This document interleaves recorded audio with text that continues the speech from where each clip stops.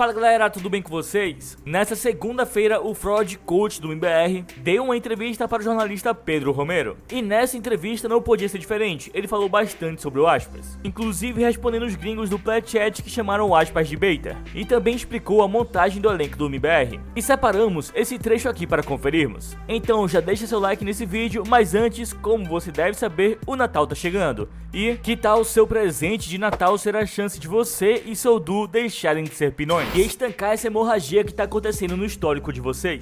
Com certeza tu já ouviu falar na VAVA Academy, plataforma número 1 quando o assunto é fazer você deixar de ser um newba e subir de elo. Então se liga, se um de vocês assinar o VAVA Academy, o outro vai ganhar acesso à plataforma totalmente de graça. E lá, além de aulas prontas, ensinando como atacar e defender em todos os mapas, entre outros ensinamentos, vocês dois também terão um coach radiante, e vai analisar o que os dois patetas estão fazendo de errado. E parece impossível, mas ele vai mostrar o caminho para você chegar no radiante. A promoção foi prolongada, mas só vai até o fim de dezembro. Basicamente tá saindo pela metade do valor. É só vocês dois fazerem a meinha. Então não perde tempo e o link vai estar aqui na descrição.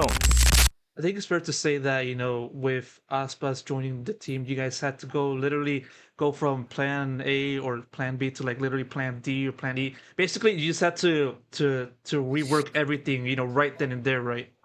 Yeah, no, exactly. I mean, it's just more of, you know, you discuss these things and you talk about these options, but you never really, like, you can plan for them and stuff, but when they actually do happen, you have to look at every option. And yeah, it was just something that no matter, like I said, with the other, when you have a roster, and I think this would probably be the same for everyone, right? Like if you're going into your off season, maybe wanting to make 1 or 2 changes maximum, you kind of go into that with, you know, let's analyze, let's fine tune and all that. But sometimes if you want to hit the reset button, or you get like this one player who can change the dynamic of the team for the better, of course, then you have to relook at everything about the team. And Aspas is one of those players, just like I'm sure some of the top 5, top 10 best players in the world are. They kind of need, or at least in my opinion, it's best to always like kind of build around them a little bit to make sure that they get the best out of themselves and the best out of each other too, because I think that that's something that's going to happen, that, you know, it's like even for other players and stuff, like if you play with Aspas, it's impossible to not play good when you have someone who is so good at the game. He's so passionate. He's so mature, and like he's such a professional, like always saying the right things, and the way he handles himself in the game. Like from outsiders, he may kind of come off a little bit shy, you know, but when he's on the team, he's very talkative. He knows exactly what to say, and tactically and everything like that too. So I think that with Aspas, especially as he's maturing and, you know, getting older and stuff, it's becoming more impressive to kind of see how he's evolving like that as a professional. And it's no wonder why he's the best. You know, it's not just because he's talented and he has like this, you know, this like blessing factor that he just gets all these kills that you're like, what the hell? But he really works hard, and he focuses a lot on all these little traits. I got that vibe of maturity from Aspas when I had a chance to meet him in Los Angeles covering Stage 2 playoffs for Leviathan. That was the time in which Leviathan came out on top and won that domestic title. And just kind of, it's interesting just having to see him and see him grow as a player, and not having to be, as you said, as shy as before. You know, now he's kind of becoming into his own man, and one that kind of like is in a position where he can like kind of alter the direction of a league, one might say, because, you know, it feels like in a lot of ways it can jump from like a team like Loud to Leviathan, and then those two teams would be very competitive and almost always also like competing for the domestic crown. My point being though is just this, having to bring in Aspas, you know, back in another team, this time with yourself as the head coach, comparing that and having to have some time to just kind of take him in and observe him during this preparation for 2025. How do you kind of compare that to the kind of man/player that you saw out of him in 2023 and 2022 when you guys were in Loud? Yeah, I mean, I see him the same in a sense, because we're very close and we always have good conversations. So whether we were on Loud or whether we were on different teams or on the same team again, like we always joked around, had a good time. I have a great relationship with him, his wife. So it's just always been like really cool. But the one thing that stands out is what I mentioned about that leadership stuff in a way. Like um, I've always known these things about him because he's expressed it in private and he has these conversations when he's confident like that. But now he's doing it more in a open environment, being more open, being more of available, accessible, like those words that like you usually associate with leaders and IGLs and things like that and coaches. You kind of see that more, and that's something that for me, being an older guy and trying to mentor some young guys, like that's the part that you really enjoy to see about this game, when you see people develop into people that understand where they are, you know, like Aspas, he's finally, or not finally now, but he's probably realized in the last couple of years, like how big of a person he is and how important he is to so many people out there across the world. So I think that with those responsibilities comes with a lot of maturity and everything that you kind of need to have. And I think he's been handling it very well.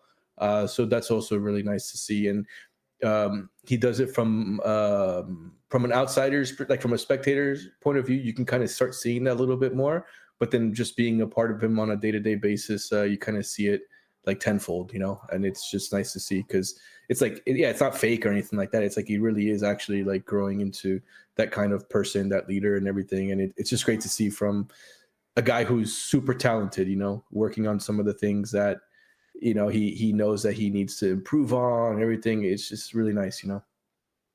Yeah, it's a vast contrast to like what we've kind of seen on reports regarding like Aspas and his and the way he kind of left Leviathan. Of course, you know, you're not Aspas. I can't really ask you about what that situation was like, but when it comes to looking at those kinds of reports, there's kind of a perception as to like Aspas being like a very demanding player, and obviously from how you kind of been explaining it, that's obviously not the case.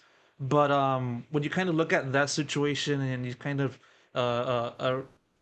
compare that to how it is right there, I want to ask you just sort of what do you think is the biggest misconception about like the kind of player Aspas is in terms of just being like a leader, having to, you know, ask for um like a given team to, you know, support him in a way that he can perform at his very best. You know, what do you think has been the mixed perceptions about that kind of thing in light of um how it was for him before he arrived at MIBR, and contrasting that to what you actually seen in person?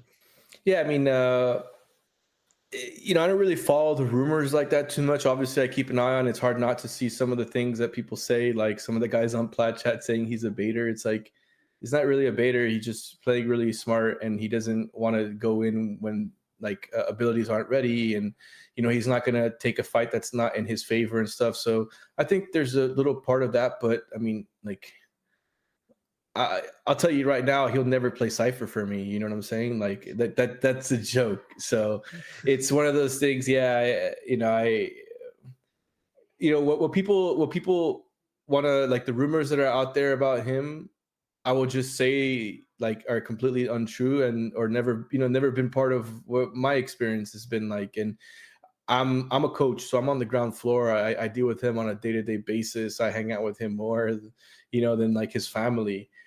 We talk all the time. We play games outside of practice. We spend days off hanging out and doing things. Like, never had an issue with Aspas about any of these things. So that's why I don't understand why people say that things are assumed they are. And I kind of experienced that a lot when I was a player too. I had a long career, but I didn't join many teams, so I didn't have experiences of knowing other players and other people, because I kind of just kept to my own group of guys, my own team. That it's one of these things, like, that can happen too. Like, even now in public, like, never seen Aspas have an issue with his teammates or players or anything like that. So that's why when I see some of these things going on, just it's always fishy, because it's not the Aspas I know, and never seen or experienced anything like that. And yeah, like, now kind of want to pivot over to the rest of the team, because it kind of got my curiosity as to how this squad was formed on top of just bringing in Aspas. Them being Xenon, Cortesia, and NOSSO. Xenon and Cortesia, according to VLR, they finished as the top rated players in Split 2 for Brazilian challengers. And then NOSSO, obviously competing in Fury and was a part and was the IGO for that team, and also was a part of that Fury team like in 2022. Might be wrong on that. I can kind of fact check myself after this, but plenty of experience. In addition to there being a lot of like new blood into the MIBR squad, and so how would you kind of well, simple question. Yeah, yeah. What brought about Xenom, Cortege, and Noswar? Yeah, and this is not a shot at you because I know that you didn't say that. I think it was someone else had said that. It might have been PLATCHAT or something. Like, I hope people don't think that my recruiting tactics are so simple as just going to VLR and sorting by rating. You know what I'm saying? Like, it's one of these things that it's like Cortezia has been someone that has been considered a top controller player for several years in Brazil. He was on Red Candids and stuff, but when you look at some of the players that have either been professional, like been in the franchise in Brazil in that role, like the Khalils, the RGL Meisters and stuff, when you look at some of the players outside of those guys, you're looking at guys like Goo from Hero Base. You're looking at guys like Cortezia. You know, like these are some of the next up players, like the next up player, people that have proven themselves within the system. Guys like Shinam, same thing. He's proven himself, not before, like, yeah, his most recent thing was on the same team with Cortezia, and they just so happened to be the highest rated players. But these are people that we've had our eye on them for a long time. Even Cortezia was someone that we considered recruiting him before Split 2 last time. So, you know, again, guys that we are very familiar with. NZR, experienced player, good IGL. He's very clutch on LAN, which has always kind of impressed me about him. His LAN performance has always been really solid. And he's worked with Aspas in the past too. So, you know, there's a lot of familiarity there, but there's also a lot of, like, you kind of have to be in the scene to know. You know what I'm saying? Like, I understand why guys on PLATCHAT and other places say these things, because that's what it looks like. They're like, who are these guys? They go on VLR and they put 2 and 2 together, but it's really not that elementary, you know? Like, if you're in Brazil, like, that was part, like, you know, that was more about on me in a sense. Like, I've been in a Brazilian team for 2 seasons now, not even, almost 2 years now. I had to get to know a lot of the tier 2 players, tier 3 players that are in the Brazilian scene, because those guys are the future.